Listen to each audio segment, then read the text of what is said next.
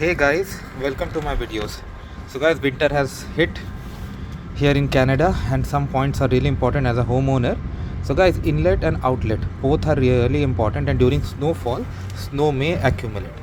Now one thing you need to understand, if these are blocked with snow, it could have dangerous impact, because you see these vents, okay, outlet, they throw out oh, these are inlets, I'm sorry, this is outlet, and it is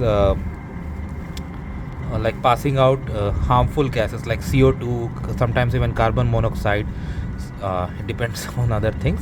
So it should be like clear of snow. If it is not clear of snow and if it blocks, all these gas stay inside your home and could have very catastrophic result. Same thing you should do with other vents also. Like you may have dryer vents. Right now you see this dryer vent is going on, so you should have this clear also, because if it is not clear and in case snow accumulates up to here, this gas is gonna stay inside and may have like very bad impact on health.